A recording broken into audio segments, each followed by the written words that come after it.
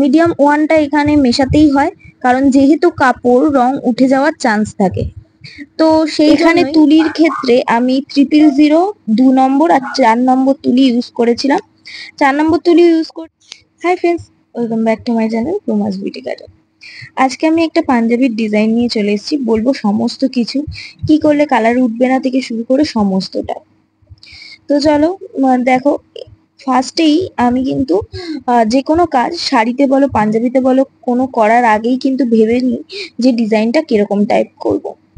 একটু অন্যরকম করার ইচ্ছা সবসময়ই থাকে। আর কোনো ডিজাইনের সঙ্গে কোনো ডিজাইন যাতে মিলে না যায় বা প্রত্যেকটা কাজ যেন আমার আলাদা আলাদা হয়, সেই চেষ্টা আমি সবসময় করে থাকি। তো এক্ষেত্রেও একই ছিল। প্রথমে আমি চক দিয়ে পুরো লাইনটা ড্র করে নিয়েছিলাম কি কি করব তার বেসটা। তারপর আমি কাজ করা স্টার্ট করেছিলাম তুলি দিয়ে। এখানে তুলির ক্ষেত্রে আমি 000 2 নম্বর আর 4 নম্বর তুলি ইউজ করেছিলাম। 4 নম্বর তুলি ইউজ করেছিলাম এই লাইনগুলো দেওয়াতে, মোটা মোটা লাইনগুলো যাতে একবারে দেওয়া যায়। আর এই যে সূক্ষ্ম সূক্ষ্ম কাজগুলো করেছি 000 তুলি দিয়ে। তো এইভাবেই আমি পুরো কাজগুলো কমপ্লিট করেছি। প্রথমে আগে ড্রয়িং যেহেতু করে নিয়েছি সেই জন্য অনেকটা সুবিধা হয়, কারণ এই লাইনগুলো তুলি দিয়ে করতে গেলে অনেক সময় ঘেঁটে যাওয়ার চান্স থাকে। তো তোমরাও চাইলে প্রথমে একটু সুন্দর করে মার্জিন করে মানে মেপে মেপে কাজগুলো করে নেবে এবং আগেই ভেবে নেবে যে কি করব আমি। তো সবার আগে ভাবনাটা থাকলে কি হয়, ডিজাইনটা করতেও অনেক সুবিধা হয়। তাই ডিজাইনটা আগে থেকে ভেবে নেওয়াটা খুব দরকার আমার কাছে। আমার যখনই কাজ চলে আসে, শাড়ি বা পাঞ্জাবি আমার বাড়িতে চলে আসে, তখন থেকে আমি ভাবা শুরু করি যে আমি কি ডিজাইনটা করব। আগে ভাবি, তারপর আমি কাজটা ধরার চেষ্টা করি। তা এই ক্ষেত্রে আমার এটাই সুবিধা হয় যে আমাকে করতে করতে ভাবতে হয় না। করতে করতে ভাবলে কি হয়, অনেক সময় ভুল হওয়ার চান্স থাকে বা এদিক ওদিক হয়ে যাওয়ার চান্স থাকে। তো আমি ওই জন্যই আগে ডিজাইনটা করে নিই, সমস্তটা ভেবে নিই, তারপর স্টার্ট করি। এবং তারপরে চক দিয়ে তো ড্র করেই নিই। তো এখানে কি কালার ইউজ করছি এবারে এটাই আসি।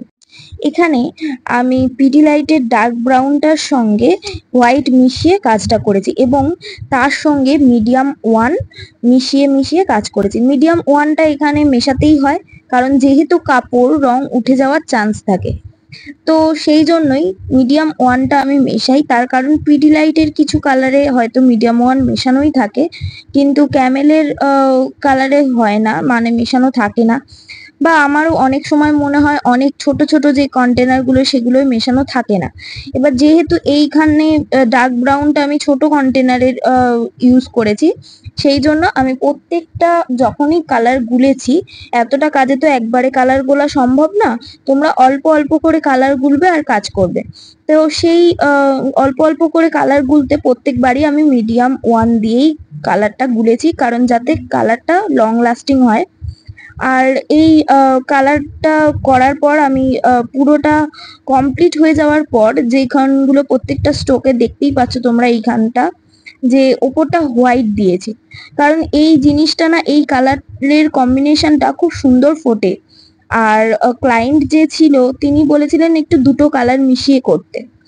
তো আমিও সেইভাবেই করেছিলাম, যে দুটো কালার একসঙ্গে মিশিয়ে মিশিয়ে কমপ্লিট করেছিলাম। এবং এই কাজটা আমার এত সুন্দর লেগেছে নিজের পার্সোনালি।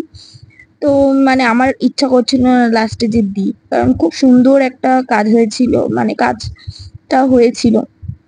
আমার খুব পছন্দের ছিল এই পাঞ্জাবিটা, বাট কি করা যাবে, এটা ক্লায়েন্টের ছিল।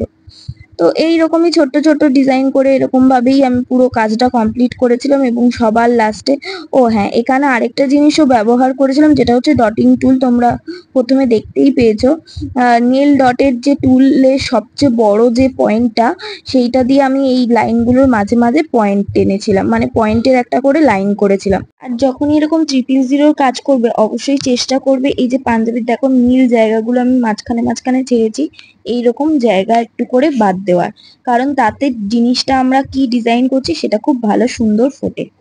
আর যারা অবশ্যই আমার চ্যানেলটিকে সাবস্ক্রাইব করেন তারা সাবস্ক্রাইব করো যদি আমার ভিডিও ভালো লেগে থাকে। আর আজকের কাজটা ফাইনাল লুক হচ্ছে এটা, জানিও কেমন হয়েছে।